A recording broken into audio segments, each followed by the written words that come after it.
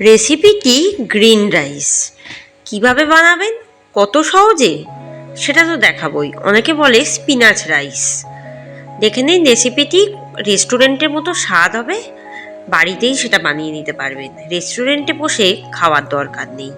নমস্কার বন্ধুরা, মাই simple lifestyle ব্লগে স্বাগত জানাই। দেখে নিন আজকে রেসিপিটি, যা চিকেন কষার সাথে ভীষণই ভালো লাগবে। প্রথমে হাফ কাপ আমি একটু জল বসিয়ে দিচ্ছি সসপ্যানে। তার মধ্যে একদম ছোট ছোট করে পালং শাকটাকে কাটবো। এক আটি পালং শাক আগে প্রথমে কাটার আগে খুব ভালো মতো ধুয়ে নেবেন। তা কাটার পরেও ভালো মতো ধুয়ে নিয়ে তারপর কিন্তু একটু সিদ্ধ বসাবেন। খুব না, অল্প হালকা একটু সিদ্ধ হয়ে গেলেই হবে। এরপর জলটাকে একদম ছাকিয়ে ছাকিয়ে আমি কিন্তু একটা মিক্সারের মধ্যে এটা দেব। প্রায় হাফ সেদ্ধ হয়েই গেছে। এবার এর মধ্যে দিয়ে দেবো 5-6টা কাঁচা পাকা লঙ্কা আর 10 কোয়া রসুন, একটা টমেটো, 3টে পেঁয়াজ, পরিমাণ মতো আদা দিয়ে এটাকে বেটে নেবো। কোনো জল দেবো না, পালং শাকের রসেই বাটা হয়ে যাবে। এবার কড়াই হাফ কাপ সাদা তেল দিয়ে দেবো। তেলটা দিয়ে ওই পালং শাক বাটাটা দিয়ে দেবো। দিয়ে কিন্তু খুব ভালো মতো কষিয়ে দেবো। তাহলে পালং শাকের একটা গন্ধ আছে, সে গন্ধটা চলে যাবে কষতে কষতে।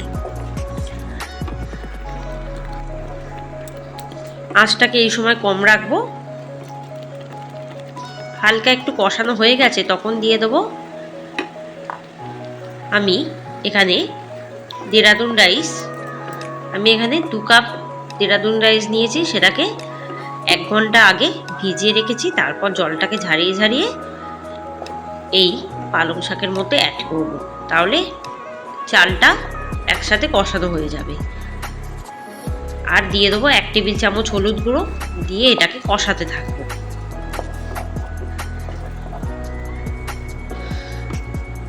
দিয়ে দেবো 1 টেবিল চামচ বাটার, দিয়ে খুব ভালো মতো এটাকে কষাতে থাকবো। দেখুন চালের কালারটা পুরো একদম সবুজ হয়ে গেছে, যেটা আমি চাইছিলাম।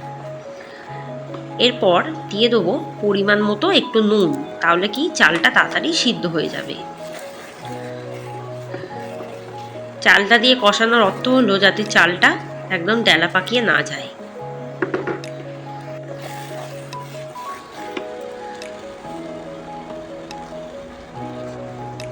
এরপর যে বাটিতে বা যে মিক্সারের বাটিতে আমি কিন্তু পালং শাকটা বেটেছিলাম, সেই বাটির 1 কাপ জল দেবো মেপে মেপে।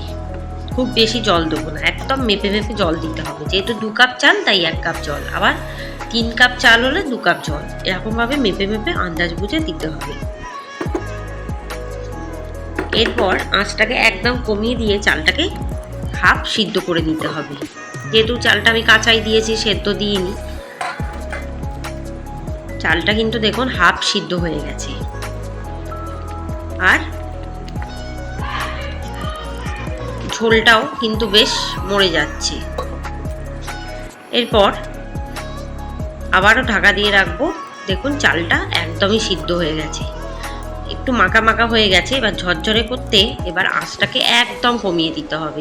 যেভাবে বিরিয়ানি রান্না করে সেভাবে করতে হবে। কিন্তু তার আগে একটু সাইড করে রাখতে হবে। এটা কিছু কাজ বাকি আছে, যেমন একটা সসপ্যানে দিয়ে দেবো 2 টেবিল চামচ বাটার। বাটারটাকে ভালো করে মেল্ট করে নেবো।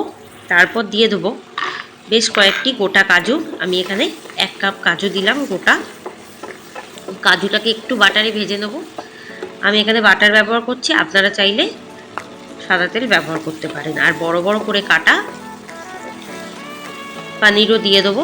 পনিরটাও বেশ ভালোভাবে ভেজে নেবো। বাটারে ভাজলে বেশ স্বাদটা ভালো আসে। আবার ঘিও অ্যাড করতে পারেন আপনারা। খুব ভালো মতো এটাকে লাল লাল করে ভেজে নিতে হবে।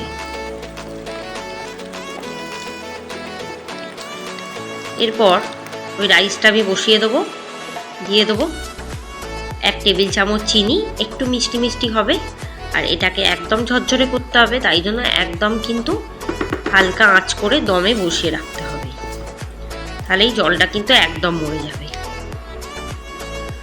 আর একটু চিনি আমি অ্যাড করলাম, আপনারা চিনিটা অ্যাভয়েড করতে পারেন, তবে এটার স্বাদ কিন্তু ঝাল মিষ্টি হয়।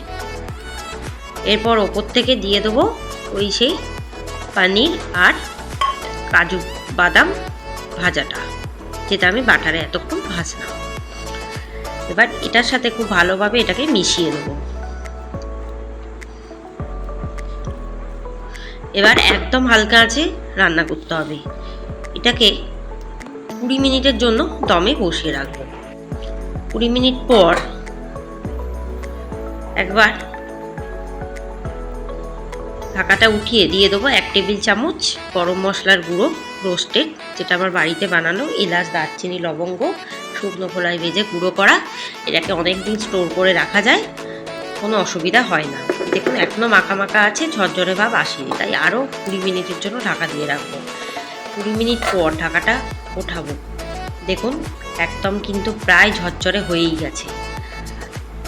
এবার আরেকটু হালকা আঁচে রান্না করবো এটাকে, প্রায় আরও 10 মিনিট এটাকে রান্না করলেই রেডি। এবার আমি সার্ভ করে দেবো। দেখুন একদম ঝরঝরে হয়ে গেছে।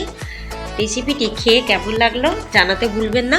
আমার চ্যানেলে সাবস্ক্রাইব করবেন, বেল আইকনে ক্লিক করবেন, যাতে ভিডিও ছাড়ার সাথে সাথে আপনাদের কাছে পৌঁছে যায়। আর আমার সমস্ত রেসিপি দেখতে থাকবেন, কমেন্টে জানাতে থাকবেন। ভালো থাকবেন, সুস্থ থাকবেন, সাবধানে থাকবেন, আমার চ্যানেলে চোখ রাখবেন। এই রেসিপিটি অবশ্যই বানাবেন, বাড়িতে বসে রেস্টুরেন্টের স্বাদ পেয়ে যাবেন, এইটুকু আমি কথা দিতে পারি। আমার কথা বিশ্বাস না করে নিজেরাই বানিয়ে দেখুন, তাহলেই বুঝতে পারবেন। বারবার বানিয়ে খেতে ইচ্ছে হবে। চিকেন কষা বা চিকেন রোস্টের সাথে খেয়ে দেখতে পারেন। ভালো থাকবেন, সুস্থ থাকবেন, ধন্যবাদ।